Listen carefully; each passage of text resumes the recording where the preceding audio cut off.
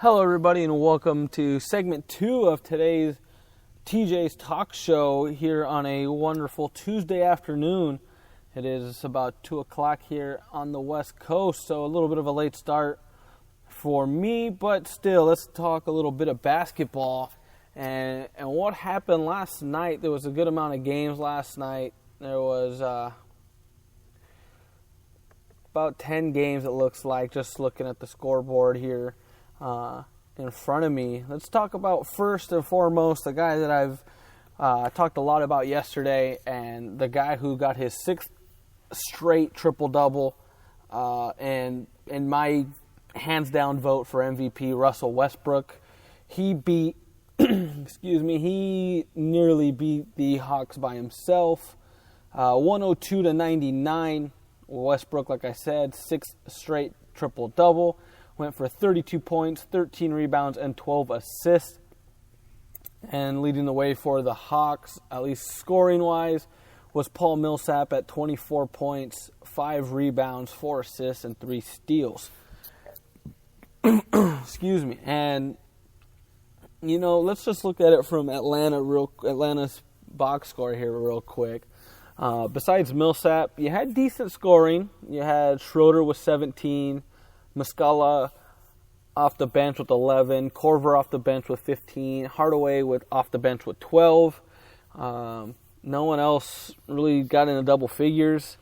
Kent Bazemore really killed the Hawks, went 0 for 7 shooting. Didn't even get to the line, so he was scoreless. The whole game, went 0 for 3 from deep. So, even if he would have contributed 4 points, it's a whole different ball game.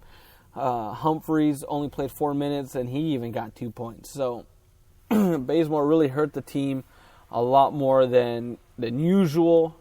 Atlanta shot 44% from the field, 31% from deep. They went 7 of 22, and no surprise, Kyle Korver led the way with 3 three-pointers made. And they shot 75% from the line, so that's definitely another miscue that the Hawks couldn't capitalize. Dwight Howard went 2 for 4 from the line.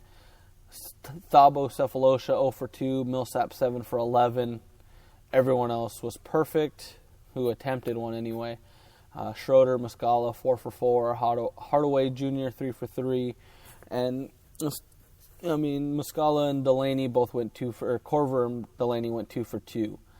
So now let's go ahead and look at the Oklahoma City Thunder side, and I'm just gonna keep Westbrook stats out for the moment.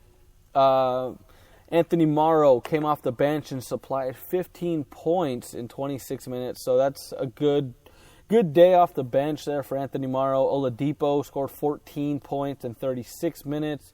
Steven Adams added 12 points and 10 rebounds, so at least somebody other than Russell Westbrook was in double digits in rebounds.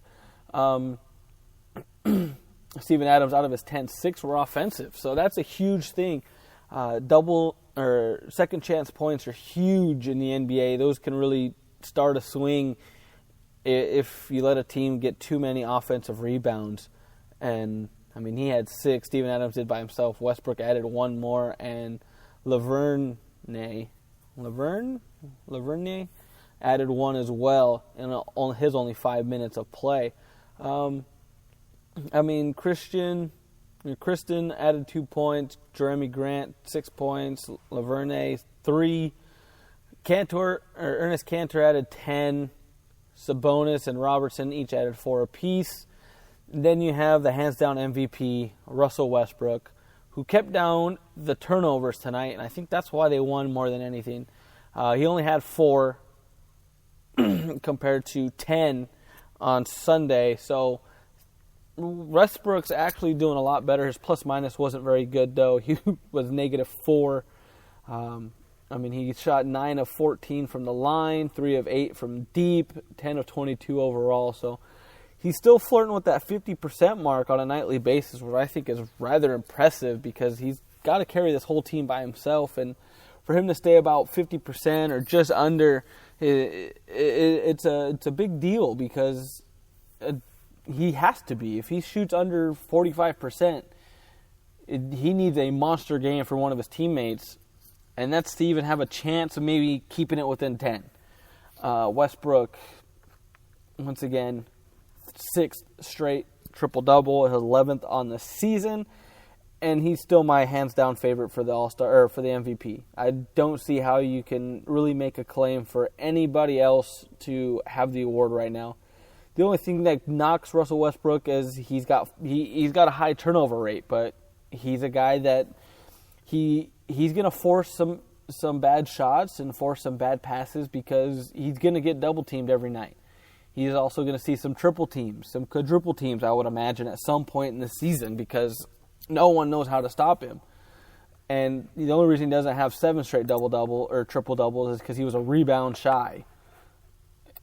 And that was about a week and a half ago now. Let's see what it was. He had 11 rebounds. He was 9 assists. Sorry, and that was the team's last loss, which was against Sacramento back on the 23rd of November. So, I mean, I don't really know what you want more out of this guy on the season. Let's see, is that Westbrook's averaging 5.6 turnovers a game, but I mean, when you really look at it, 11 assists to 5 turnovers, is that great? No, absolutely not. It's not a great ratio, but it's not terrible. It's not a terrible ratio when you think about who he's got around him to help. He's shooting 42% from the field, basically 42.8% from the field. So you can see when he's got really bad nights. They lost against Golden State. He was 4 of 15. I mean, 26%, not going to win you very many games. The one time that I can see off of just scrolling through the schedule here and all their box scores that they lost was in Orlando, or against Orlando. They lost 117 to 119, and Westbrook shot 66%. He was 14 of 21. He also had a triple-double there, no surprise. But, I mean, the guy also had 16 assists, and he still couldn't win.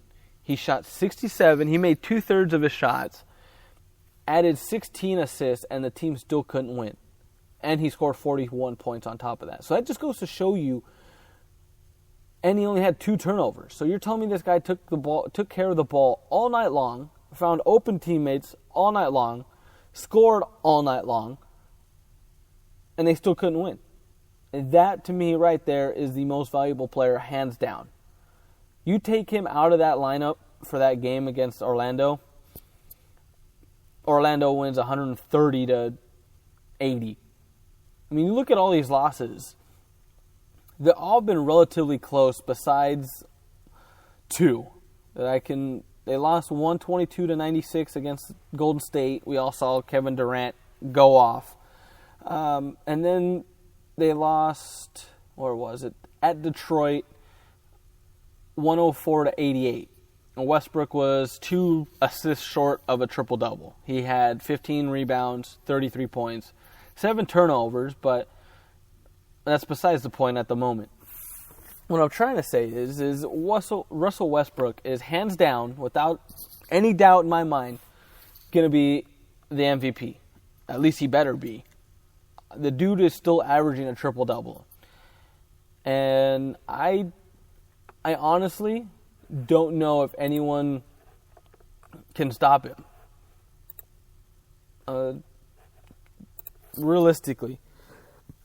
I mean, he did it against, I'm trying to think who's got a decent point guard in his last 6 games. Nobody, really. But, I mean, Derrick Rose, I believe John Wall played in the game against Washington. Yeah, so, I mean, if John Wall, who's one of the quickest guys in the league, can't stop Russell Westbrook, who's an absolute freak, how do you expect anyone else to? And so Russell Westbrook has gotten his 6th straight, which is 4th longest streak, consecutive triple-double streak in NBA history. The guy that he is currently on pace to match as the only person to have a triple-double season, average a triple-double. Oscar Robertson and the greatest of all time, Michael Jordan, both had a stretch of 7 straight games. And then Wilt the Stilt Chamberlain has 9 consecutive games with a triple-double, which I definitely can see Westbrook matching or even beating Chamberlain's triple-double streak because, let me see, they play again on Friday against Houston. Patrick Beverley might be able to slow him down.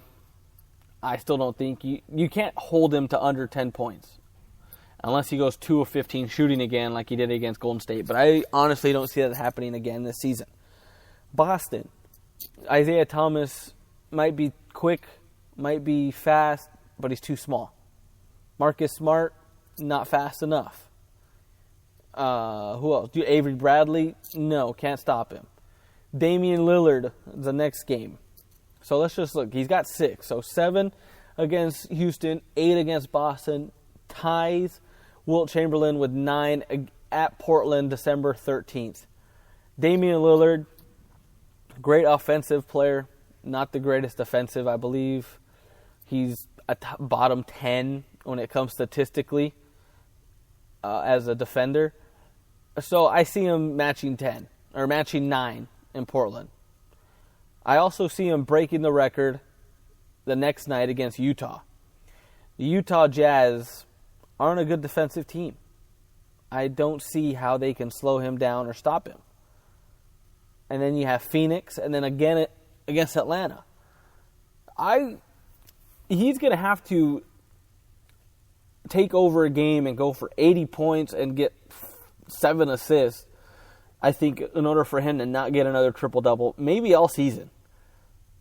I mean, yes, that's a little extreme, but, I mean, at the rate he's going, he leads every category in every box score for the Thunder. And on some cases, like last night, he led all scorers in points, rebounds, and assists. How many other times has he done that? 1, 2, 3, 4.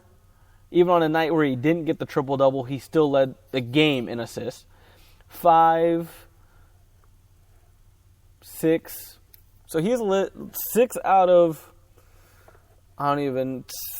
22 games. He's led in all 3 categories. Led the game in points, rebounds, and assists.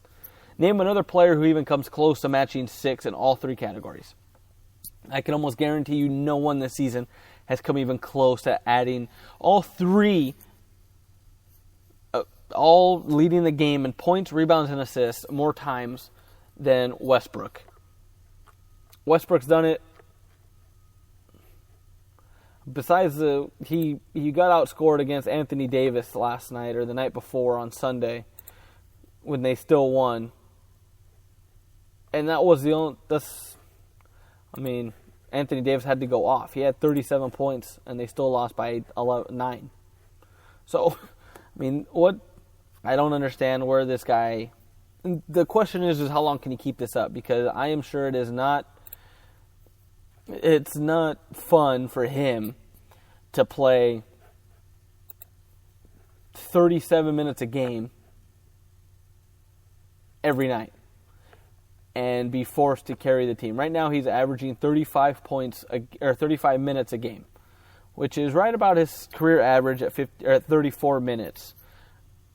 And he's obviously had to increase everything. His turnover numbers up.